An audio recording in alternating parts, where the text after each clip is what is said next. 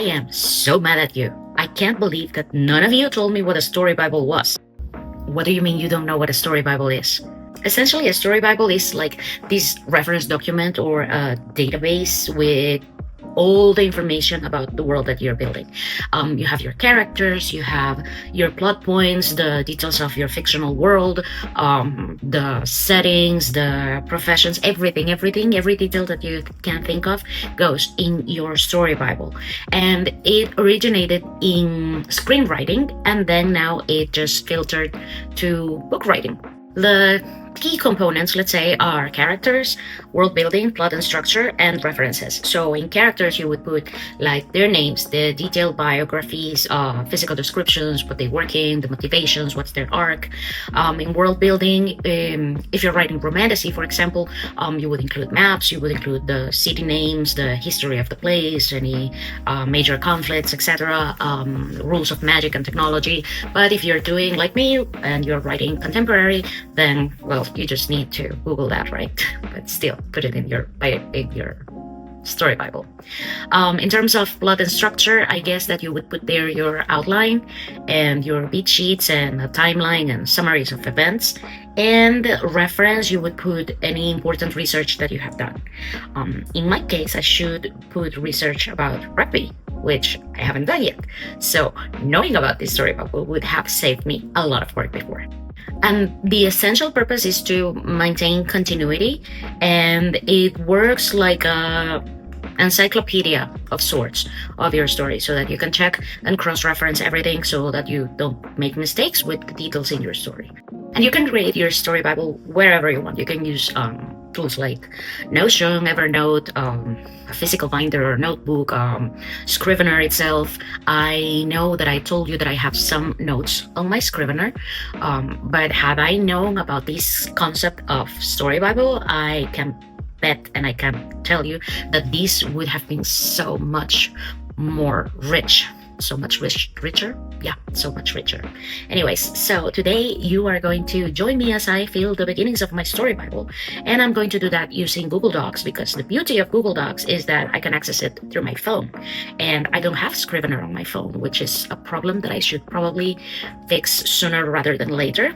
But as it is, I only have Google Docs available, so let's get to it. So first we have the series premise, and this is essentially the reader contract, what they are guaranteed to get every book. So for me, this series is an interconnected friend group romance with high chemistry, with emotional payoff. It has chosen family energy, and nobody's allowed to solve problems that aren't theirs, and nobody's allowed to solve problems with, magic or voodoo or interpretative dance.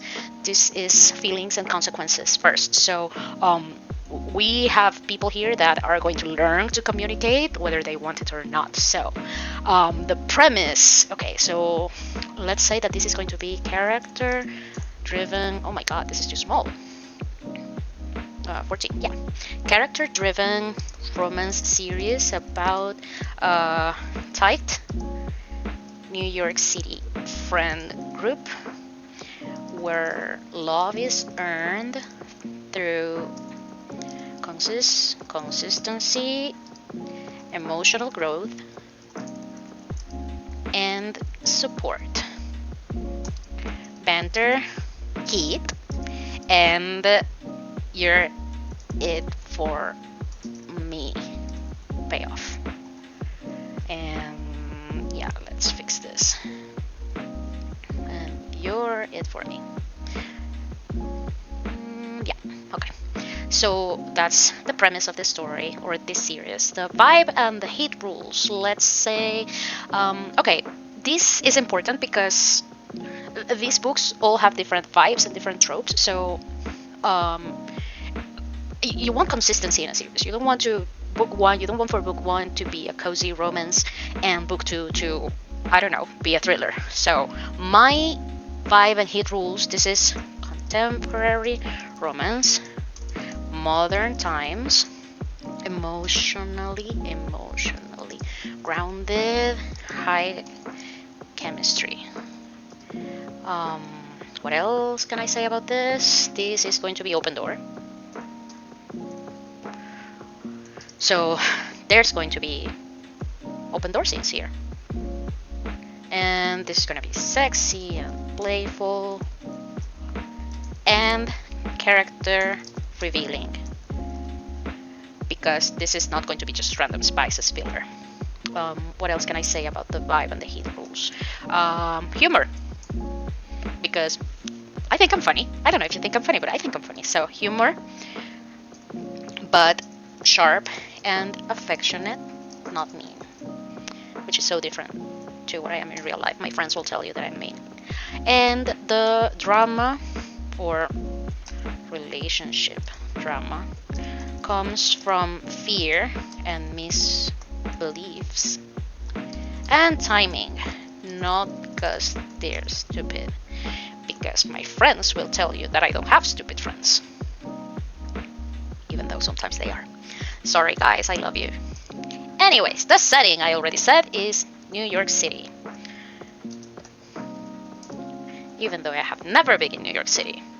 But this is friend group core, and there's overlap with work and social groups, so work and social overlap. Also, there's rugby, or rugby. How do you pronounce that in English? I don't even know. Anyway, time frame. This one is difficult. The books overlap, but I realize now that even though I have maybe like 65% of book 1 written, and I have already outlined book 2 and 3, and I already wrote book 4, I have to play a lot with years and seasons so everything fits. So make sure that years, seasons fit. I'm going to leave that note for myself here. What else can I say here? Public moments and private consequences carry forward, because the things, oh my god, I'm mixing English and Spanish, because the thing is that what happens in public has consequences in their personal relationships, which, to be honest, is life. And the series engine is friend group proximity plus rugby, because all my male characters, well, not all of them, but almost all of my male characters play rugby. But instead of rugby, I should say careers and general life events. Also, media and public perception when relevant, which will be relevant several times. I don't know why, because I hate when people follow celebrities around, but I'm going to do that to my characters, so I don't know. Call me a hypocrite if you need to. Anyway, the friend group engine, how they operate. They operate like, well, essentially this is what keeps them together, right? So what is that ties them? So on one part, the girls who are Tessa, Quinn, and Cassie have known each other since they were in boarding school, 12 years old. And the boys, which are Chase, Reed, Sawyer, and Drew. And guys, Sawyer was my dead dog, but I love the name, so I'm gonna use it here because I think that the name is perfect for this character. Anyway, so they met when they started playing rugby together when they were, I think that they were 16 or 17 maybe, I'm not sure. Do more research. Yeah, so anyway, this is why I needed the story Bible. I didn't even think of these details, like the years and the seasons. I just thought about this when I saw the word time frame. Didn't think about that before. Anyway, the core cast. These are, I'm not going to write full profiles here. I already have them in my Scrivener file. So, but these are like quick reference. So one line each, like their vibe, their wound, what they want, the way they move through life, and what they do about love. So Chase and Tessa are book 1 main characters, and Chase, I would say that he's kind of a quiet leader. He's protective. He's low emotion, but high action. he's a man of few words. Then we have Tessa, and she's warm. She's a social butterfly. She's a socialite. And she craves real security, but fears rejection. Reed and Queen are book 2 main characters, and Reed is magnetic. I was going to write magenta for some reason. Magnetic, but he's volatile, explosive, and he is loyal.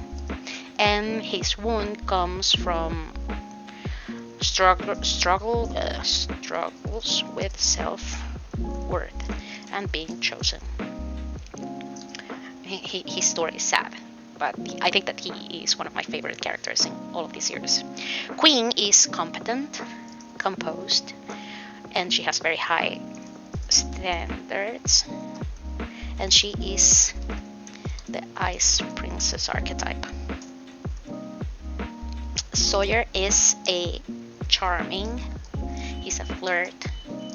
He uses humor to dodge feelings, and I have the idea that if this was a historical romance, he'd be a rake. Queen is definitely not composed. Oh, right. There should be a semicolon here. Anyway, we have Cassie now, and Cassie, oh my god, she's sunshine. She's 5 feet of sunshine. And yes, I made her as tall as I am. I am 5 feet, but I am not sunshine. But she's sunshine, but with depth, with teeth. I'm gonna say that. And she is creative, resilient, but carries a lot of grief. Drew is big golden retriever. He is everybody's friend, and he is emotional support backbone of this group. And he's the most loyal of the bunch, I would say. Like, he loves everyone. He loves everyone. His emotional support backbone. Celine, she is older than the rest, more experience, and she is a model, and she's calm, a little bit mysterious. What am I writing? And kind of calm and unreadable. Theo doesn't show up in book 1. He shows up in book 2, but becomes a very important character. He's British, because I think that's fantastic. And he's stylish, and he is originally Queen's friend, and he's widely misread and misunderstood. Yep, okay, those are my characters. Chase and Tessa, Reed and Queen, Sawyer and Cassie, Drew, Celine, and Theo. These are my 3 supporting characters. There are more, but those are like the most important that will show up in every single book. Okay, the relationship web. So, I already told you, Chase and Tessa are... So Chase and Tessa, their relationship comes from friendship since they were 17. No, actually they were 18. Then they become friends with benefits. Then they become lovers. And this is going to be a slow process, a slow emotional admission. These people are stubborn, but even though they are slow on the emotional uptake, they have very high physical magnetism. Then we have Reed and Quinn. This is book 2, main characters. Let me write here that they are book 1 main characters. These are book 2, and they are childhood friends that became enemies. But more than enemies, they were estranged. No, you know what? First is estranged, then enemies, then lovers. They have a lot of history and unresolved pain, but they reconnect. How do I do an arrow? Insert graphic symbol. Special characters. This one. And then after they resolve their history and pain, they reconnect. Reconnection. Okay. Then we have Sawyer and Cassie, and they are book 3 main characters. They are friends with long time tension. They have messy feelings in the middle. Then they have a second chance, where trust is earned and Rake reformed. Drew is everyone's friend. Celine is Chase and Reed's cousin. Theo is the kind of guy everyone assumes is someone's love interest, and he becomes friends with everyone else. The do not break rules now. These are essentially promises that I make myself and that I want to keep, and they are non-negotiable for me. And these protect what I write and my eventual readers' trust. So my do not break rules are no cheating, number 1. Emotional payoff is never skipped, like never. Sex doesn't replace proof of love, and grand gestures must be character consistent, because it doesn't make sense that a character like Chase does something that is out of character at the end of the book when readers already know how he is and how he usually acts. So consistency is key. Like, I don't know, you know how your parents would act in a specific situation, so you expect that and not something different. So it's the same. Okay, so tropes in this story, well, I already have them here essentially. So friends to friends with benefits to lovers, enemies to lovers, second chance. So these are the tropes. I'm gonna change this to open loops, because things from one book are going to indirectly or maybe directly affect the next one. So open loops. So